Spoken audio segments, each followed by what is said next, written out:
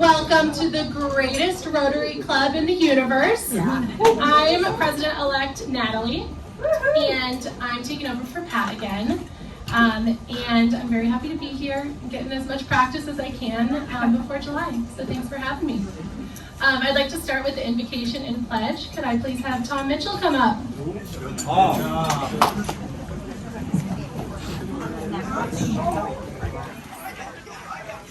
I've been there. Today I got something just a teeny different. It's going to be group participation, okay? All of you guys. So when I raise my hand like this, I want everybody to join in and say, I shall not live in vain, okay? Let's all do it together. I shall not live in vain. Okay. If I can stop one heart from breaking, I shall not live in vain. If I can ease one life their aching, or cool one pain, I shall not live in vain. If I can lift up one lonely person into happiness again, I shall not live in vain. If I can support an organization that sponsors multiple good works, both locally and around the world, I shall not live in vain. All right, let's do our pledge. I pledge allegiance to the flag of the United States of America and to the republic for which it stands, one nation, under God, indivisible, with liberty and justice for all. War equal. Yeah. Go to hell, Alabama. Thank you, Past President Tom. Good job. And could I please have Red Badger Megan Keller come up to introduce visiting Rotarians and guests? Yeah.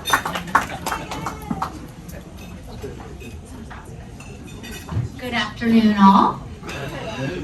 This is a great time to let us know who your guests are if we have any visiting Rotarians today.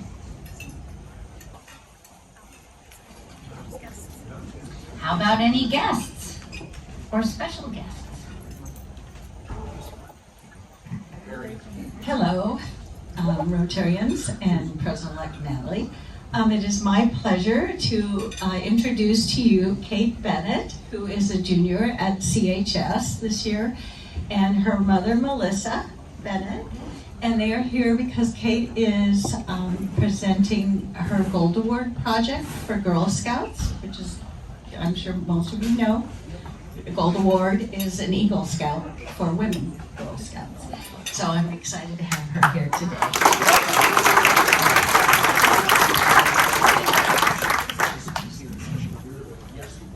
President-elect Natalie, I didn't know it was It's nice to see you. I just got back from overseas, so I've been seeing a lot of you for a while. But I have a special guest today. His name is David Coronado, and he's been walking by my property for a few years with his beautiful wife and lovely kids. And come to find out, he is a local businessman and longtime resident out of the Cays, and he is a grower. Before anybody gets excited about that, it's strawberries and tomatoes. But anyway, he is a wonderful neighbor, a great businessman, and he's a special guest because he already, through the success in his business, contributes, but I think it's time for him to start contributing locally. Yay.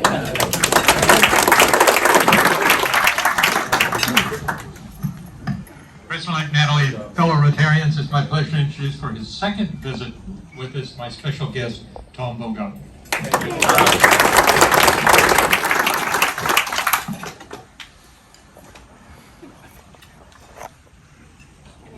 want to introduce this guy? Hi. Any others today? Okay. All right. Thank you so much, Megan. All right. Today is National Drink Wine Day. I know we have plenty of people who would be excellent candidates for the award. Plenty of people who would be excellent candidates every single day. When I saw this come up though, I thought of someone immediately. I don't even know if he drinks wine that much. I truly don't.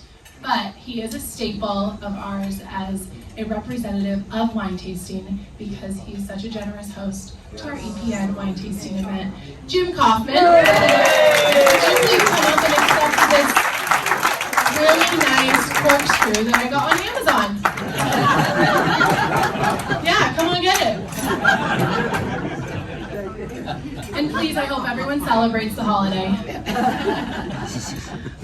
Next, I didn't get time to do this the other day, but we're gonna do our little red badger gift. Here you go. Wait, hold on. Oh, I'm falling down on my job over here. Where's Kit? Where's Kit when I need her? There you go. Thank you. congratulations. Use it well. So I have a list of red badgers, and I didn't get to do this, but I'm excited about it. My question is, what is your favorite emoji when texting, and extra points if you can act it out? Let's see, where's my list? Julie Gallagher. Oh, here, Julie, you better Well, I think I probably act, so I'll hold the mic. The crying while laughing emoji, because I'm basically ridiculous. And everything I write usually needs one of those at the end of it. Thank you. Is RG here? RG? What's your favorite emoji? Smiley face. Give us a big smile. There it is. Thank you, RG. How about you, Megan? Megan, my favorite one that I like to use often is the one that has hearts all over it. Yeah. Because it can mean a lot of different things. Yeah. But did you notice I acted it? I think that was How about Lisa Lombardo? Thumbs up. That's a good one. A classic. Is Brian Lopez here? Yes, he is. I'm the same. Smiley face with the tears and all. Oh, that's beautiful. Sarcasm laugh. How about Missy? Missy. I think I'm usually starting trouble or trying to get out of it, so it's the smiley face with the little hands like that. Emily McGovern, you're still a red badger, right? Yeah. My favorite emoji is the dancing emoji where it's just like... How about over there, Alec and Nadia? My favorite is the exclamation mark with the heart. Yeah. Alec? That suits you. Thank you guys so much. Okay, next up, we have a very special presentation from Kate Bennet, who you just heard about. She is Coronado Girl Scout working on her Gold Award, and the Gold Award is a project with a measurable and sustainable impact on our community, and she's here today to share with us. Kate will be educating us on the opioid epidemic and the importance of Narcan in combating overdose deaths. Come on up, Kate.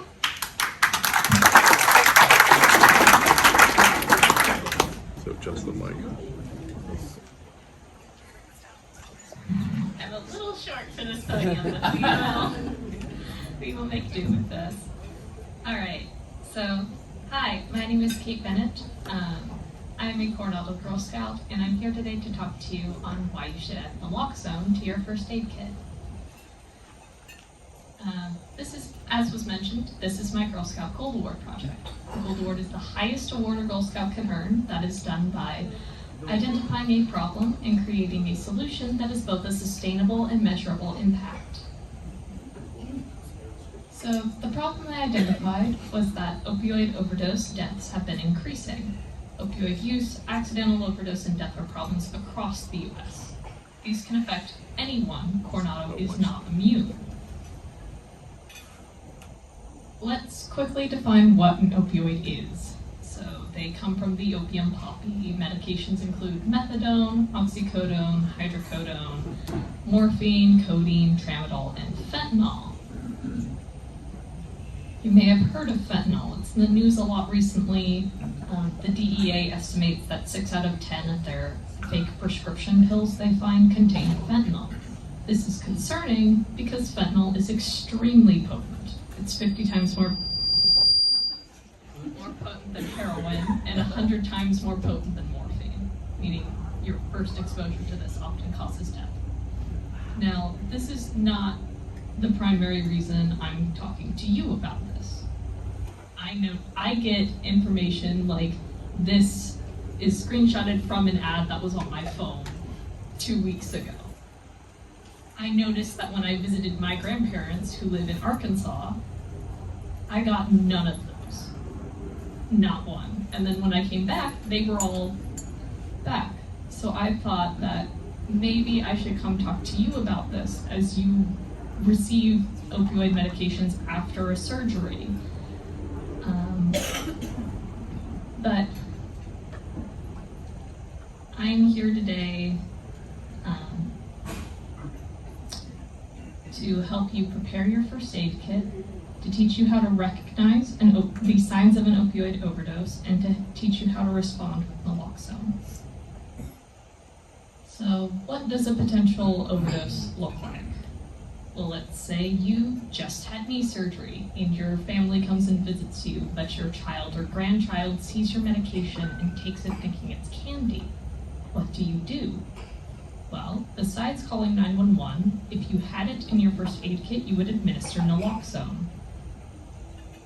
So naloxone, or brand name Narcan, which is the boxes that are sitting on your table, is an opioid overdose reversal agent. It works because when you take an opioid, the molecules bind to receptors in your brain, brainstem, and peripheral nerves, causing a euphoric and pain-relieving sensation. However, when you take too much, you get slowed breathing, unconsciousness. We'll talk about other symptoms in a second, but that slowed breathing is what can lead an opioid overdose to becoming fatal. Naloxone works because it binds more aggressively to those same opioid receptors, kicking the opioid off. However, it only works for about 30 to 90 minutes, so when that person does wake up, they should still go to the hospital. Signs of an opioid overdose include unresponsiveness and unconsciousness, constricted pinpoint pupils, snoring and gurgling sounds coming from the mouth, blue lips and nails, slow, shallow, or stopped breathing, and cold and clammy skin. So, you suspect an overdose. What do? Well, the first thing you do is call 911. The next thing you do is you try to wake that person up. If they don't wake up, then you are going to try naloxone. So naloxone comes in the little nasal spray form. First thing you do is you take it out of the packaging, and then you're going to hold it. My name tag stuck with this. You're going to hold it with your thumb on the plunger, then you tilt that person's head back, and you stick the nasal spray into their nose. There is no testing dose, it's just all in one press up. Then you would wait 2 to 3 minutes for that person to respond. If they don't respond, then you would continue giving that person naloxone until help arrives. All right, so this is a map by the Harm Reduction Organization. It's a nationwide map that tracks places where one can obtain naloxone. I noticed that when I zoomed in on San Diego, that there were no places in Coronado. So I went to our local Walgreens and Rite Aid to check its availability. When I went, it was the nasal spray kind was not available at Rite Aid. It was available at Walgreens though, so I did submit Walgreens as a potential update to that map. However, it's usually $30 to $40, and for community organizations looking to obtain bulk orders, the California Naloxone Distribution Program is a great resource. All right, so we've taught you to recognize the signs of an opioid overdose and how to respond with naloxone. Now let's prepare your first aid kits. So on your tables is a box of naloxone for you to take home and put in your first aid kits directly. I just ask that you fill out a brief survey, either through scanning the QR code on the screen or through a physical paper that I can give you if you would just raise your hand if you would prefer that. You can send a picture of this slide to y'all after if you missed it, but so I use many sources to educate myself and hopefully you on this topic. If you would like to assist me in educating our community on the importance of having naloxone and first aid kits. Thank you. Are there any questions? Great job.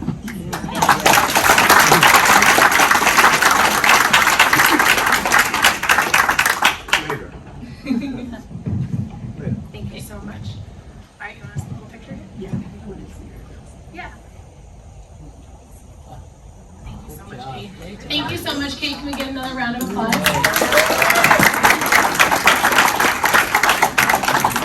Such an important conversation, discussion to have with yourselves, with your kids, with your grandkids, and having that available is the most important part. We will get that QR code on the co-rotator so everyone can fill out that survey. All right. Okay, so I have a couple slides for around town, a couple announcements. If you could go on to the next slide, please, Joe. I was going to do a Ron Vernetti update, but look, he's right here.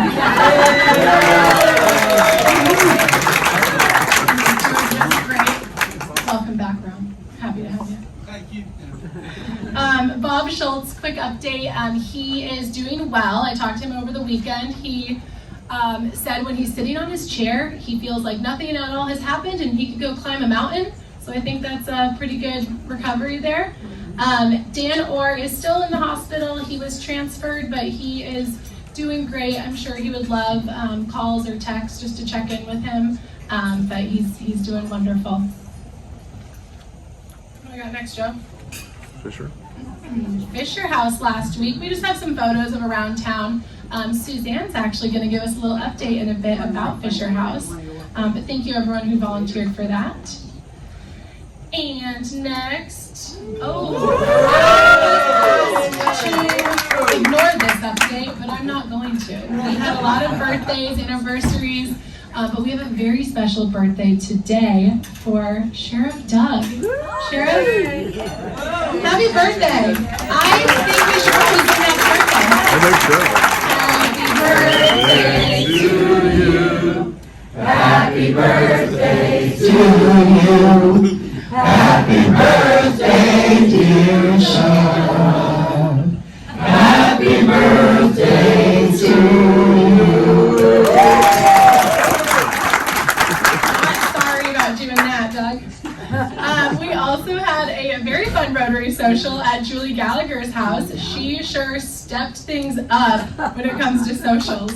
There was a tarot card reading, there were caricature drawings, there were fancy special little martinis. We really appreciate it and had a lot of fun.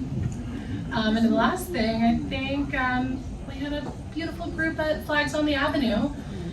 So thank you guys all for coming out for that. A few announcements. I'm just gonna kind of joke and slide through these, but I'm just gonna read off this because everyone can read themselves and knows these announcements. But today is the last day to register for the March 5th meeting. So please get on and register. It's 2 weeks from now, but since we're doing a new venue, they really want the numbers. So if you're going, please register today. March 8th, there's beach cleanup and a Limbs of Freedom visit. We're looking for a few more people to go down to Mexico. If you're interested, please see Luann Miller. February 8th? March 8th. Oh, no. Okay. Beach cleanup. Okay, just checking. March 14th is our golf tournament, which I really hope people are signing up for. The committee is meeting next Tuesday, February 25th at 1 p.m. at the golf course. And if you have any questions or want to do sponsorships or play, please see Brandon Mather. And then April 5th, we have a house build in Mexico. John Ovrum is organizing that. It's going to be really fun. I'm not sure how many we have signed up. I do know that I'm going. So if you want to hang out with me, we're going to be there. And then April 26th is Rotarians at Work Day, and Roni will be talking about that in a few weeks coming up since it's in April. Our district training assembly is coming up March 29th. This is a really good opportunity for anyone who is a Red Badger looking for a district meet. It's also really great for any incoming board members or committee chairs. It's only in the morning. It used to be an all-day event, and that was a long day, but it's just in the morning, so I will be sending updates for that as well. And lastly, we do have a non-Rotary announcement that was requested. Can someone get the mic over to Lisa Lombardo? Lisa, what do you think this non-Rotary announcement is worth to you? The rough run that's on March 8th. It's a 2-mile walk, or you can turn around. You don't have to do 2 miles. You can bring your dog, you can not bring your dog. And it's also 5K, which is about 3 miles if you want to run and if you want to run with your dog. But it's a fundraiser for PAWS, and it pays for, the proceeds are going to pay for medical care. We do extraordinary medical care for animals that other shelters don't do. Other shelters would like amputate a leg. We instead do surgery, rehabilitation, and things like that. So it supports things like that and some needed improvements in our facility. So please sign up. I have flyers on all the tables, and even if you don't sign up, you can donate. Thank you so much, Lisa. I really appreciate you making that announcement, and I love PAWS. It's just gonna be $25 for the fun. Next up, I'd like past President Suzanne Manuel to come up here and give us a little history on Fisher House. So, Fisher House has been around since around 1991, and Zachary and Elizabeth Fisher decided that they wanted to be helpful to military families. So Fisher House is kind of like a Ronald McDonald for injured and ill military and their families. They come and they can stay free of charge. And so we decided we needed to do something to support them. They get non-appropriated funds from the government, but the rest come from private donors, fundraisers, and people like Rotarians. So there's 2 here at Balboa Hospital, 2 beautiful. Their appointments and furniture and decor, I would love them to come to my house. They're just absolutely gorgeous. So these families can come. These were open, well, we started in 2009, so it was the height of the Iraq War. So there were a lot of injured and ill warriors coming home. And their families would get the call, that call you never want to get as a parent or a wife, about their injured loved one. So they would come with, maybe from Iowa, and the next day on a plane. And so when I talked to the manager in 2009, I said, what could we do for you? I'm in the Rotary Club of Coronado, and we love to partner with organizations like yours. And they said, well, these folks come with just a quick bag, and we could use some robes, some really nice quality robes in the rooms for these folks. So I went to the board and had a project and a spreadsheet and a request for funding. And so what we decided is they're gonna, on this pocket, put Naval Medical Center, Balboa, San Diego, and on this pocket would be Coronado Rotary Clubs. So we got a little advertisement there. And then another project we did with them, we partnered with some military active duty to refurbish a room at Fisher House to the cost of $10,000. And we chipped in a good half of that. So that's the only one that actually has a name on it. They stopped doing that for some reason. They don't do that anymore, but ours is still there. And then the food, and this is part of our team here. We're in the budget every year, which is wonderful. Mary Griffin does a fabulous job as our co-chair in keeping us all organized and finding out what Fisher House needs now. And there we are. There's Ginger. If you're involved with Fisher House at all, would you please stand? I know Ginger's here. Ginger, anybody else with Fisher House? There you go, Ron. Yes, here we go. Yeah. So, thank you. And I took Lisa up last month. We went up there, so I wanted her to see as a new Rotarian. And it's a lot of fun, and we love the families. We don't serve them, we just take the food up. Sometimes we take up 30 pizzas, and sometimes we take food, frozen dinners, so they can prepare their own. But it's a wonderful thing, and I always say it's not about the food, it's about the love. So those families know that when they show up in that room after a very long day with their loved ones, they have some food waiting. So they really appreciate that. And one interesting story is they always send a card back thanking us for the wonderful meal. And one of those guests was Debbie Novotny, and she was the past president of the Highlands Ranch Rotary Club outside of Denver. And she said, I want to come to your club. She was so grateful. She'd been in the Fisher house for 3 months taking care of her ill son. So she came out here, and she came to a Rotary Club here, and then I went up to Highlands Ranch and went to her Rotary Club. So it was wonderful that we were helping actually our family of Rotary. So it was really, really inspiring. And I want to remind you all, especially our new folks, the rest of us know this, everything we do, every project, every donation, every wonderful thing comes from one person and one idea. So keep that in mind. When you see a need, you are that person. And there's a chain, and it's not like the government, folks. We can get it done really fast. So it's a wonderful thing. Is there anything else I need to tell you? And it's a 4-star on Charity Navigator, so the money goes to the right place. And the fact that we support these two here, it doesn't go nationally. We take care of the one right here. So if you have any questions, you can see Mary Griffin, myself, Ginger, any of the folks that help, and it's a great organization. You can join us. So thank you. That's a little history. Suzanne, if you could just pass the mic to past President Steve Dermeyer. We got about a minute. Okay, 1 minute. Yeah. I gotta say, props to all the past presidents, because the timing of Rotary meetings. Okay, what's going to happen in 2026? 100. We're going to celebrate our 100th birthday. What date? March 8th. What day? Sunday. You got it. And we're going to have a big exhibit and celebration at CHA. And the CHA people know it. I'm not going to surprise them, but we're going to have a lot more about that. The appeal right now is if you have historical photographs or materials or documents or anything that you found in father's closet, uncle's closet, etc., we want to see them. So get in touch with me, and we're going to start putting this big exhibit together up right now. What's CHA? Oops. Coronado Historical Association. There you go. Okay. Thank you, guys. We got to turn it over here. Thank you so much. Good job. Right here. It's a little over a minute. All right, and with that, we are ready for our program. If I could have our amazing Debbie McBride please come up.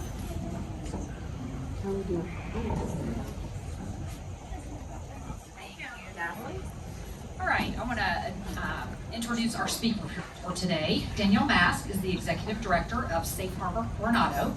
Since joining the organization, she has proven herself as a dedicated and compassionate leader. She joined Safe Harbor in 2018 as Program Director and quickly became an integral part of the organization. Her unwavering commitment to Safe Harbor's mission has significantly impacted the lives of the youth and families in the Coronado community. As Program Director, she implemented innovative programs and initiatives that have directly improved the lives of those they serve. As Executive Director, Danielle has worked to expand programs to all of the schools in Coronado, as well as expand the counseling services they offer. She and her team are always looking for new ways to connect and strengthen the youth of Coronado and their families. Danielle.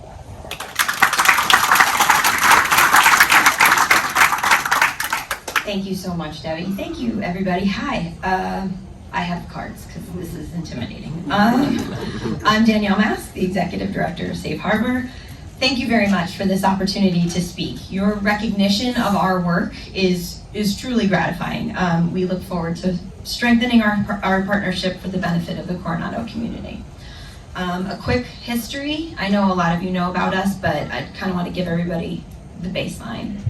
So in 1998, Safe Harbor Coronado began as Coronado Safe. The acronym was Substance Abuse Free Environment. Our initial focus was drug prevention and alcohol abuse awareness, recognizing that drug and alcohol perception emerges at home.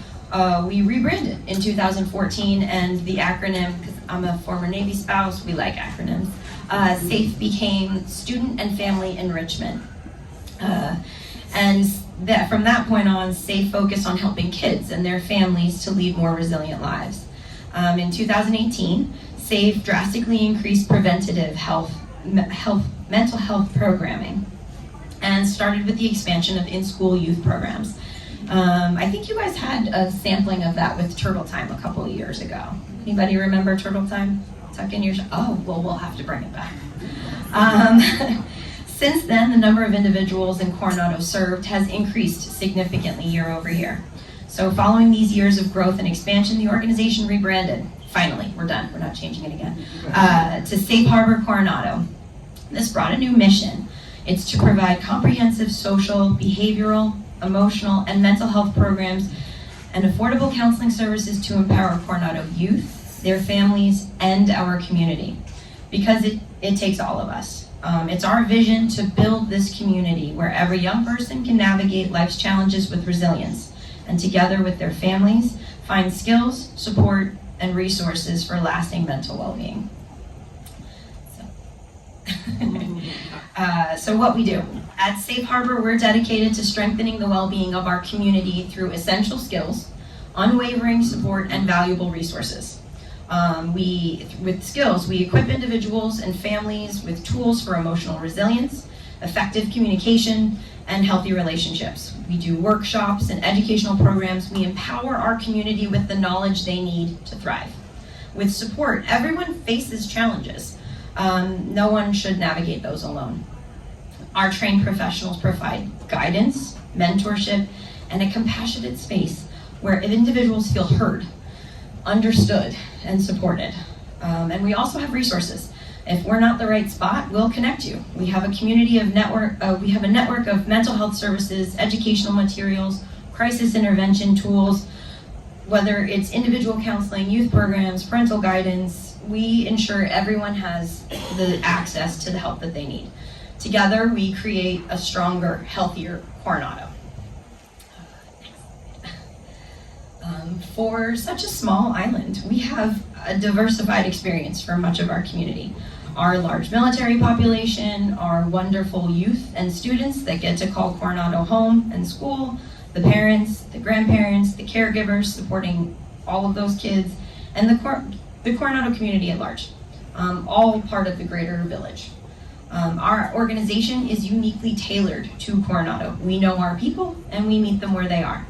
Through our adaptable approach, we ensure everyone has access to the support they need to thrive. For example, students who learn emotional skills in kindergarten carry those lessons into adulthood, handling challenges with confidence, whether in college or the workplace. So I don't drink coffee, but I imagine that those kids who get a job at Starbucks and they've done Turtle Time, they know how to manage their emotions when that very angry person got a latte instead of a mocha. I think I said that right. I don't drink coffee, so that's my joke. That's it. We're done. But beyond youth, we recognize the growing needs across all ages, from loneliness in seniors to mental health support for parents and professionals. By fostering resilience and connection at every stage of life, we strengthen not just the individuals, but the entire Coronado community. You guys do this just by being here today. It's kind of amazing. This has been the best lunch, so thank you for having me. So how we do it. We break our programming into two main areas: prevention through our Healthy Families program and intervention through our family support services. For prevention, we go to them. We go straight to where the kids are in today's world with so many ways for them to spend their time. We make sure we're reaching them directly. That's why we're in every school in Coronado, public and private. In the private schools, we teach in-person classes from TK through 7th grade at Christ Church, 8th grade next year, and TK through 8th at Sacred Heart. Across all schools, we connect with kids early through Turtle Time. That's TK, which is transitional kindergarten, so the pre-Kers, through first grade. And again, we get them in 6th, 7th, and 8th grade with drug prevention coming up in March. At the high school level, we take a little bit of a different approach. Every Tuesday, we host Game Club, creating a space for students to connect. It's an open campus. It can be challenging on that campus if you have to meet with a teacher. I wish Kate was still here because she can speak to that. But if you have to meet with the teacher and everybody else went to lunch already, you're kind of stuck. No, your friends are gone and you're kind of there. So we're there every Tuesday and you can come hang out with us. We'll bribe you. We've got snacks. They like food. But more importantly, we're building those one-on-one safe adult, trusted adult relationships with those kids. Turtle Time is a fan favorite, but one of mine is the QPR. It's the most imperative to me. It's question, persuade, and refer. It's basically the CPR for suicidality. It's a 90-minute training for suicide prevention. We live, you guys have heard this, in the shadow of the bridge, and I personally like to be prepared on what to say, how to say it, and where to get help. We collaborate with CHS clubs, like we did the food drive earlier this year, and we offer an internship program. Beyond the youth, we're also launching Love and Logic for grandparents at the Freckles Center. We want to support older caregivers with the tools and the language they need to help parent in today's world, because it is very different. At the end of the day, our goal is simple. We want to meet people where they are, provide the right tools, and create a stronger, more connected Coronado.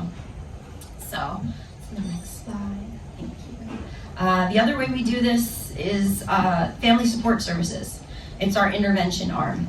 As the only low-cost counseling resource in Coronado, we fill a critical gap, responding to the community needs and providing direct counseling to over 300 people each year. And that need is growing. We've recently hired an additional counselor. Counseling changes lives, though.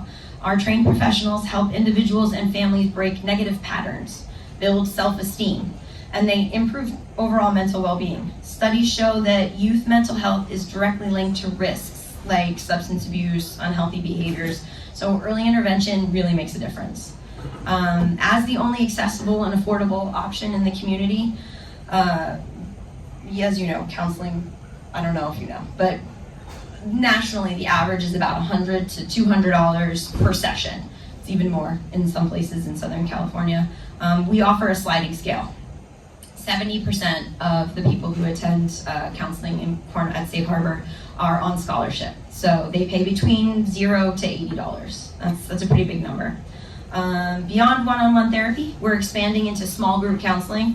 That fosters social connection, reduces isolation, and it's strengthening peer relationships. Kind of those people that have had that same experience and you've got somebody to talk to. We also reach the community through outreach and education. Our Aloha Club, the Mental Health and Wellness Fair, the film events that we've done with the Coronado Island Film Festival, and media content. If you've seen us in the Eagle or Coronado Times, we're here today to share how much we've accomplished, and we want to keep this conversation going. Who we impact. Safe Harbor is here for everyone who lives, works, or goes to school in Coronado. We don't go through insurance to keep costs down. We focus on what truly matters, meeting the needs of our community. Every dollar invested in Safe Harbor stays local, directly supporting the people of Coronado and making an impact across Southern California. Our mission is clear: to equip our community with the tools to navigate life's challenges and thrive, because challenges will come, but no one needs to do it alone. No matter where you are in your journey, we are here for you. And with nearly all of our staff calling Coronado home, it's more than just a nonprofit. This is a community taking care of its own. As a mental health nonprofit in a small town, privacy is of the utmost. So I can share a little bit about our high school game club.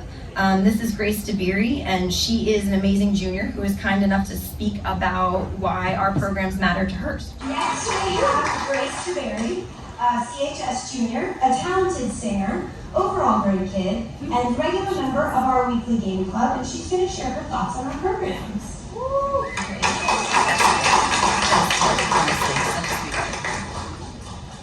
Hi, I'm Grace. As previously mentioned, I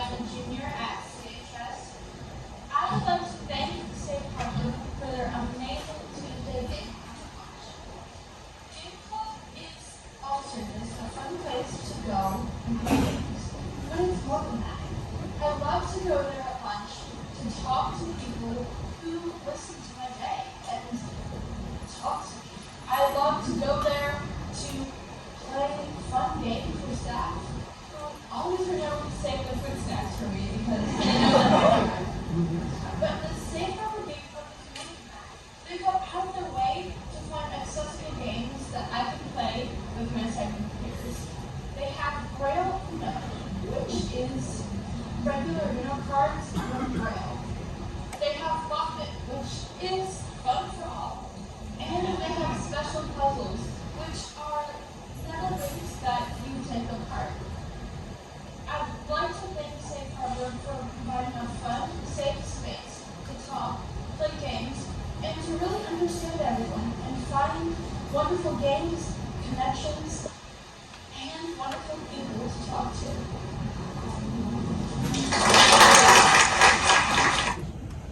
She really is the best, and she is a killer at Bop It. I don't know if you guys have played, but she can do it behind her back faster than the rest of us. She's very, very talented.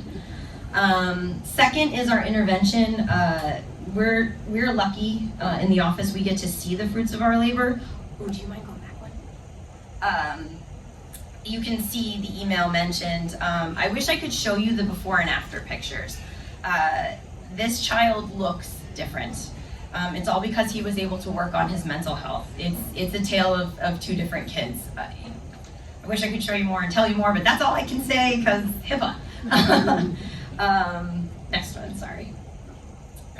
Why Safe Harbor matters. Safe Harbor matters because the need has never been greater. At Coronado High School, 1 in 3 students report feeling chronic sadness and hopelessness. At CMS, it's 1 in 4. That's not just a statistic, that's our kids. That's our neighbors, that's our future.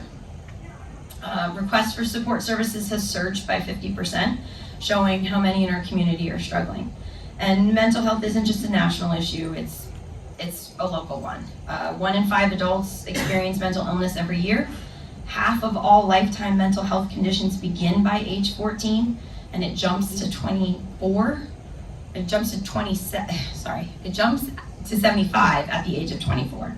So early intervention is critical. That's why we focus on those young kids. But Safe Harbor is responding. 300 plus people attended our first ever mental health and wellness fair, proving that Coronado is ready for this conversation. We welcomed 150 new families through our Aloha Club, ensuring that no one feels alone as they integrate into our community. These numbers tell a powerful story. Mental health matters, community matters, and Safe Harbor is making a difference. Wonderful Rotarians, it has been my pleasure speaking with you today. Thank you for the opportunity to share Safe Harbor's mission and impact. I see the dedication and hard work you put into this community, not for recognition, it's because you truly care. We're right there with you. Together we're making a real difference for Coronado. Safe Harbor is guided by an active, engaged, wonderful board of 11 members, of one Debbie McBride is also, who meet monthly, and they uphold our best practices in nonprofit leadership. And our work continues. This is some of the stuff that's coming up. Our drug prevention is a half-day experience for 6th graders at the middle school, and we need volunteers, so if you're looking for some time, let me know. Love and Logic, grandparenting workshops will to support families and caregivers at the Spreckles Center in April. And then our 2nd annual Mental Health and Wellness Fair is coming May 22nd, also at the Spreckles Center. Mental health and wellness looks different to everyone, so this initiative, we want to bring education and resources to the entire community. Thank you again for your time and support. I'd love to answer any questions if you have them. Yes? What kind of experience, what do you need for your volunteers for the 6th grade event? That looks really like a nice thing. What do I? No experience necessary. No? Can you follow directions?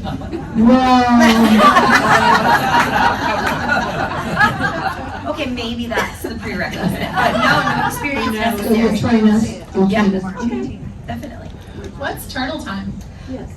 Ooh, I love turtle time. So we offer that program. It's a self-regulation program for TK, Kinder, and First. It's been around for over 40 years. We didn't make it up. We just execute it really, really well. It's all about managing your emotions. So what we do with the kindergartners is we ask them to, there's 3 steps. You stop, you tuck into your shell, you take 3 deep breaths, and then you put on your thinking cap and come up with a solution. So what that does in turtle time is getting kids to identify that they're having a really big feeling.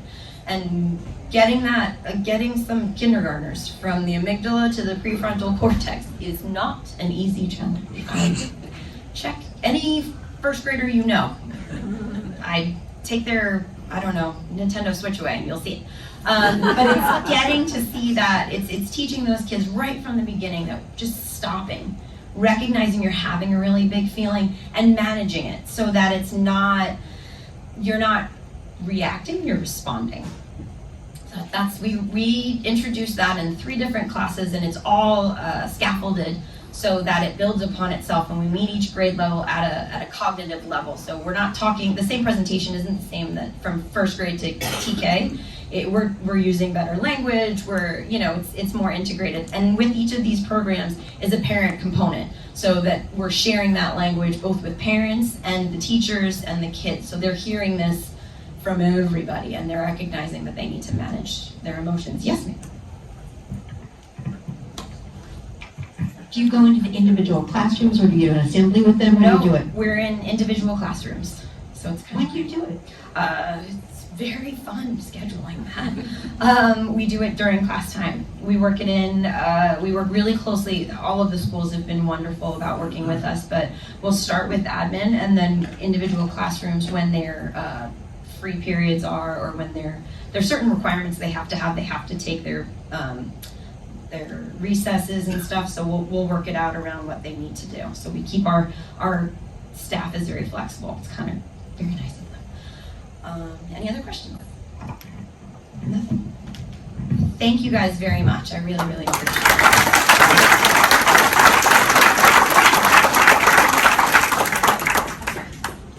Thank you so much. That was amazing. SAFE has come such a far way since I was in high school. And Danielle, real quick, do you guys still do the trading cards? We do not. Okay, that's what that's my vision of SAFE, and now it's just so much more widespread and doing so much more. We don't do those anymore. Yeah. I heard Emerald Keepers is doing them. I kind of want to jump in on that. Yeah, I mean, I think maybe we should do it in Rotary, where you have a little card of yourself and you trade it with your friends. You'll love Can everyone raise their hand if they were at the Rotary Social at Julie Gallagher's? Can anyone raise their hand if they left this CoverGirl lip gloss? I'm auctioning it off for $10 to whoever it is. Anyone? I'm just gonna take it. It's a really cute color. I can't believe you didn't keep it, Julie. I know, well. Bad karma. I know. Yeah, you don't want to keep it. Well, spread the word that I have a lip gloss now, and I don't think I should use it because I don't know whose it is now. Except maybe John's.